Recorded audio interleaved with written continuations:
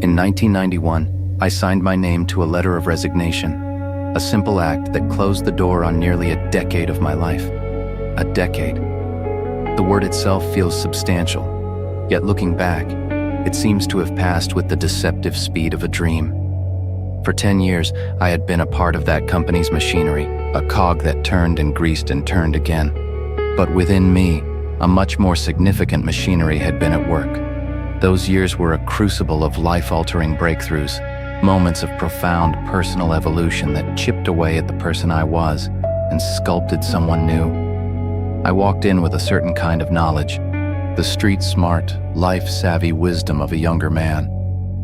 It was a knowledge born of instinct, a gut-level understanding of the world that felt as solid and reliable as the earth beneath my feet. Over the next 10 years, I traded much of it for another kind of wisdom. I learned the language of corporate structure, the nuances of professional relationships, the theories of management and strategy. I believed, with every new piece of information I absorbed, every book I read, every seminar I attended, that I was refining myself, becoming a better, more complete version of that younger man. But life has a way of teaching lessons that aren't in any handbook. I see now that with each layer of learned knowledge I acquired, I was also peeling away a layer of something else.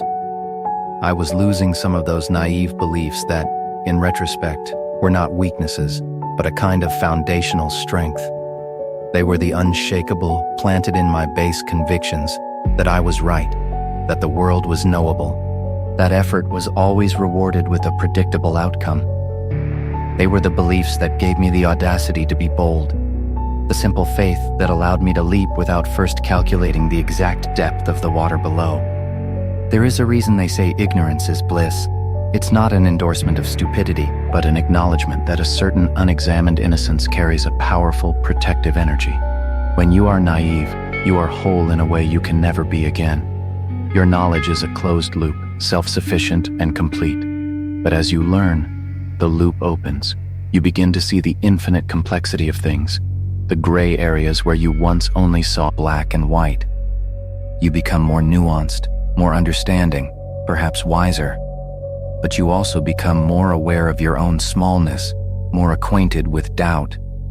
You trade the simple strength of certainty for the more complex, often heavier burden of understanding. It is a strange paradox, this business of growing up. When you are in the thick of your 20s, the concept of being old is an abstraction. It's a condition that applies to other people, your parents, your grandparents, the figures in history books. The years feel like a vast, inexhaustible currency. You spend them freely, never imagining a time of scarcity. It's as if you're on a long, straight road, and the horizon, though it always recedes, feels perpetually distant. You are convinced the road is infinite, but the road isn't infinite. And the years, for all their seeming leisure, have a way of accumulating until one day they deliver a sharp, unequivocal slap across your face. You are standing there, perhaps brushing your teeth or straightening your tie, and you catch your own reflection in the mirror. And for a fleeting, devastating moment, you don't recognize the person looking back. The face is familiar, of course, but it's a map of a territory you didn't realize had been so thoroughly traversed. The beauty you perhaps took for granted, the unlined confidence of youth, that particular shine in the eyes that comes from a life as yet unlived. It's just faded. It's not gone, but it's been transmuted into something else, something tempered by time and experience. And in that moment, you understand a simple, profound truth that your grandmother knew, the one your mother once quietly mentioned. She said she didn't want to look at the mirror anymore. It's not about vanity in the shallow sense. It's about the mirror's terrible honesty. It reflects a truth that the years have gently conspired to hide from you. They trick you with their endless procession of new days, each one dawning with the promise of permanence, of an endless now. But the mirror is a historian, not a poet. It reminds you without sentiment of your fragility, of the relentless, quiet work of time. It is this very realization, this sudden, intimate confrontation with our own temporariness, that has haunted thinkers for millennia. History is filled with the writings of philosophers who stared into this same abyss, and found no easy answers. They looked at the world, at the bustling cities and the quiet fields, and saw the same absurdity. Humans, these fragile thinking reeds, scurrying about, building empires, falling in love, writing sonnets, all the while knowing, on some level, that it will all pass. They understood the profound containment of human emotion. They saw that our hearts are vessels that endlessly demand to be filled with love, with purpose, with security, with meaning. And yet, when they looked at the material world, at the universe of things we can touch and own and see, they realized it could never truly satisfy the soul's deepest cravings. The soul desires the infinite, and the world offers only the finite. All we can truly do in the face of this is observe. We can stand apart and watch the pageantry of our own lives and the lives of others with a new kind of clarity. We see the behaviors we have all learned, the intricate social dances, the masks we wear, the roles we play.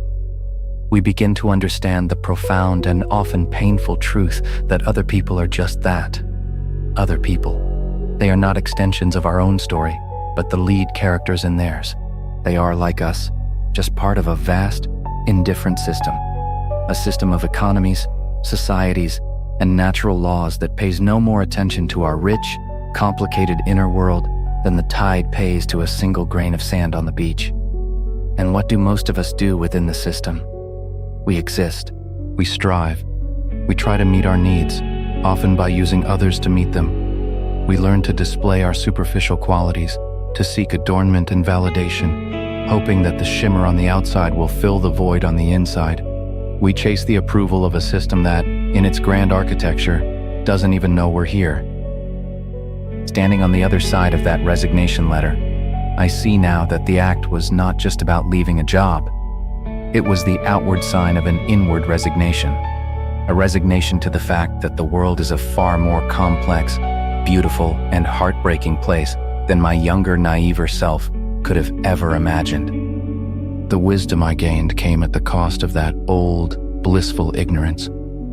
I traded the strength of certainty for the subtle, quiet strength of awareness. I learned to observe, to understand the containment of my own heart and the hearts of others. And in that observation, in that quiet acknowledgement of the absurdity and the beauty, I have found a different kind of peace. A peace that doesn't rely on the mirror's reflection, but lives in the space behind my own eyes, where the fading shine has been replaced by a deeper, more knowing light.